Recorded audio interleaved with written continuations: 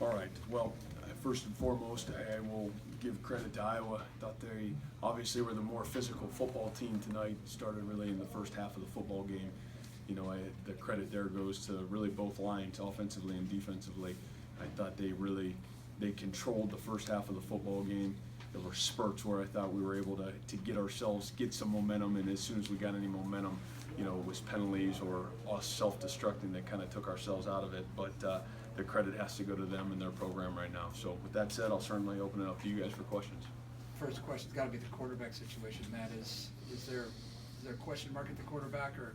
Well, you know, I think it's so early for me to tell that. You know, I think we got to go in. We got to. It's like I just told our kids. You know, we've 2 weeks of the football season. We're still kind of learning our football team and what we have and what we don't have, and the reality of it is what gives us the best chance to win football games. And I think we have to sit down. We got to do a great job of evaluating that. And you know, obviously Joel made some things in a really positive way happen. You know, we didn't sustain it, and then Jacob came in and played well as well. So, you know, I think we'll sit down and figure that situation out and really make the best decision as we continue forward. What were you looking to see out of Jacob and when you put him in that situation?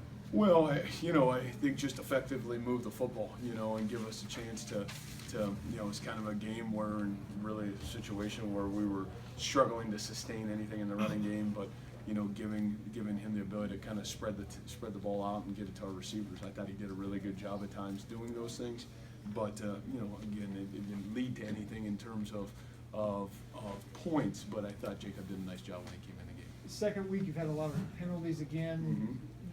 How disappointing is it that we weren't able to shore that up from week 1 to week 2? Yeah, I mean, geez, I think really disappointing. You know, again, we're not a good enough football team to self-destruct and to put ourselves in negative situations. You know, and in the first half of the football game, it was defensively. You know, a couple big defense that ended up leading from field goals to touchdowns. And then, you know, the second half of the game is offensively. And so, you know, are we doing too much? I think we got to look at it as coaches first and foremost. Is that on us? If it is, we'll figure that out. And then secondly, you know, if not, then who are we playing the right people, and are we putting ourselves in a negative situation, and why are we doing that? So until I can look at the film and evaluate it, it's hard for me to answer that question right now. How's Hakeem Butler? Yeah, I think, you know, in that it's too early to tell. He was able to walk off, and I think he's okay, but we will see. It was a great catch by him, and obviously a great play at the end of it. Coach, you talked about getting Michael Warren more opportunities. Didn't have those opportunities against Northern Iowa. Did you feel you had more or less opportunities tonight against Iowa to get him some more carries? Well, yeah, you know, I think a lot of that is a little bit of the flow of the game, and you know, I keep hearing about Mike, but you know, Mike's the guy that's got to practice well. You got to be a guy that's accountable on and off the field too, in some ways, you know. And so, you know, Michael's got talent, you know, and really we've got some competition back there, in my opinion, right now as well. You know, at the tailback position. And, you know, I think there's a couple times for Mike to make some plays tonight, and we just didn't make those plays. And you know, again, it's not fair because we haven't really sustained anything in terms of the running game for any of our running backs, and we're going to have to. You know, I thought obviously their defensive line was able to control the majority of the piece of it, and we got to continue to find ways to run the football and give our guys the opportunity to. You know, I think we did some things with Joel trying to thin the box out against a team like this and a big defense to give ourselves some running lanes. And you know, I thought we ran the ball better. You know, I thought that was certainly a positive, but you know, to sit here and say we're going to sustain right now in terms of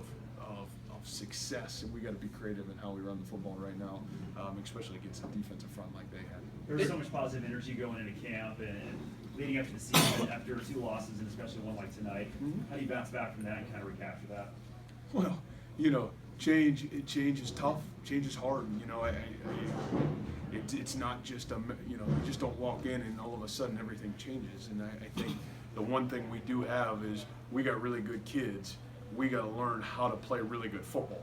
There's a far different. I think it's easier said than done, and I think it's one of those things that we're trying to change a culture, not just trying to win and lose football games. And I think all of that is added, and once we continue to do the little things right, how we practice, what our studying is, how we approach it. It's not okay to lose. It's not okay to put ourselves in those situations, and I think that a lot of accountability has to continue to come our way, both individually, obviously us as coaches, and everything starts from the top down. So we got to continue to do a great job.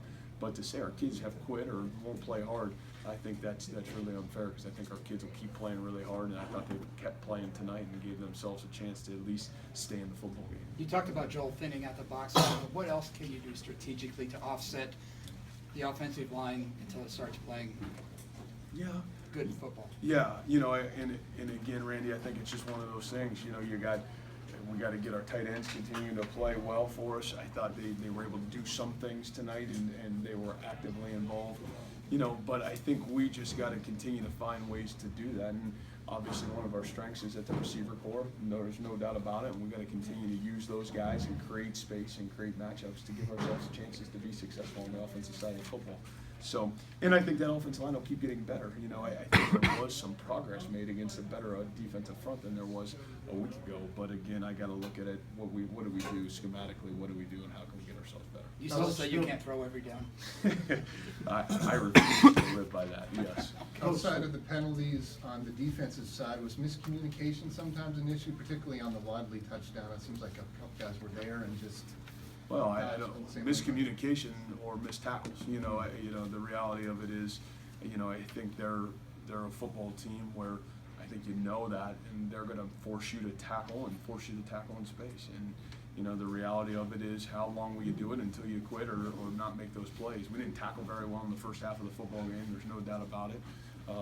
What makes them a good offense right now is CJ and his ability that. A couple of times we're bringing pressure. He's good enough and smart enough. It's almost like, playing against Peyton Manning. In some instances, he knows his offense. He's really comfortable with his offense, and there's nobody on the no coordinators making the calls. He's making the calls, and I think that's what makes him really dangerous and makes him a really good football player. And you're almost competing against the quarterback, not an offensive coordinator, and that's the credit to him and really understanding his system and what he's doing. And he certainly made some great plays tonight. The penalties today, kind of 10 penalties, kind of the same thing as Northern Iowa. What is your views on the penalties tonight, and how do you guys stop them?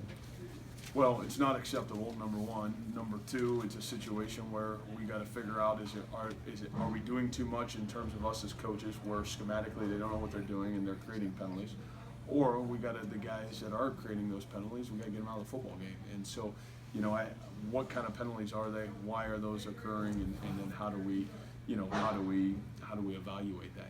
I think last week some of those penalties were football penalties. This week there were some dumb penalties, and there are pre-snap penalties on offense. There's some late plays after the play defensively, and they're not acceptable. And so we got to find ways to get it figured out or get new people in the football game. Last question for Coach. Is their defensive line that good, or is it just question marks on the offensive line? Oh, I think it's probably a little bit of both, to be honest with you. We got 5 new starters on the offensive line, and I think they're trying to work their way in. But you got to give credit to those guys on the offense or the defensive line. Got a good front seven, a lot of guys that played a lot of football for Iowa. Thanks.